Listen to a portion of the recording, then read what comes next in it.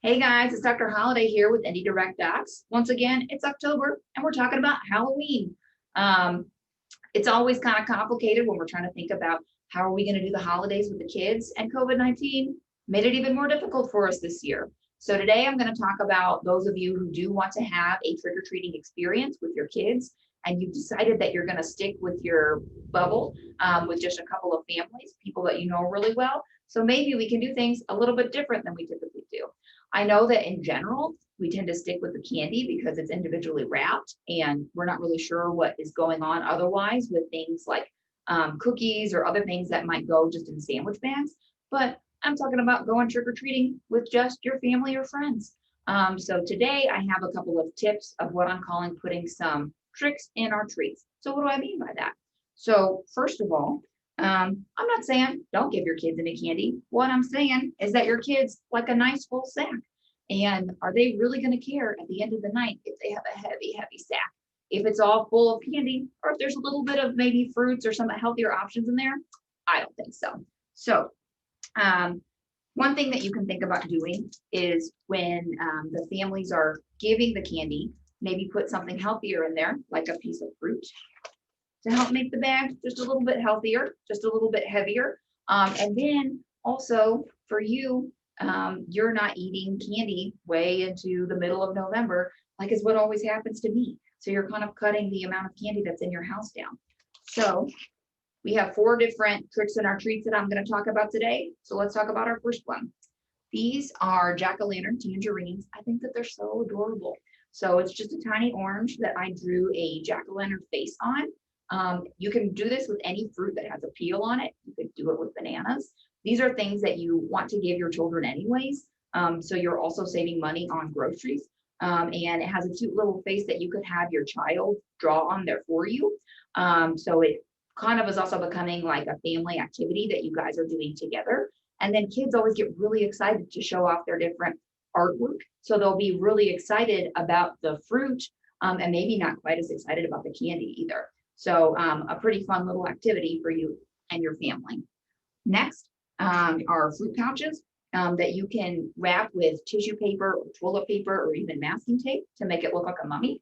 This fruit pouch actually came with eyes on it, which worked perfect for me. If they don't come with eyes on it, you could definitely put the googly eyes to make it a little bit more fun. You don't have to use a fruit pouch.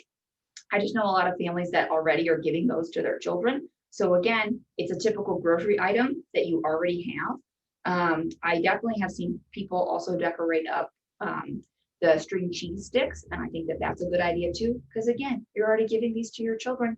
Might as well put a cute little face on it, save a little bit of money, and cut down on the amount of candy that you know that you're going to be eating at midnight the next day. That's what always happens to me. Next, I'm talking about what I'm going to call our fall party mix. So this doesn't really have a lot of sugar in it. So not typically what you would think of for Halloween. But the reason that I think that kids would like it is because it has a lot of different fun colors in it, and kids just love things that are colored differently. So in my fall party mix, I put a little bit of Cheerios, a little bit of freeze-dried fruit. I picked strawberries because I like the nice red color and because they're sweet. Some freeze-dried apples, and then some of the veggie straws, and then a couple of goldfish. And I actually found some that were shaped like penguins. So that's pretty fun too. So this should be something in here that every kid would like. One thing that I was going to talk about when you're using dried fruit is just the difference between freeze-dried fruit and just regular dried fruit.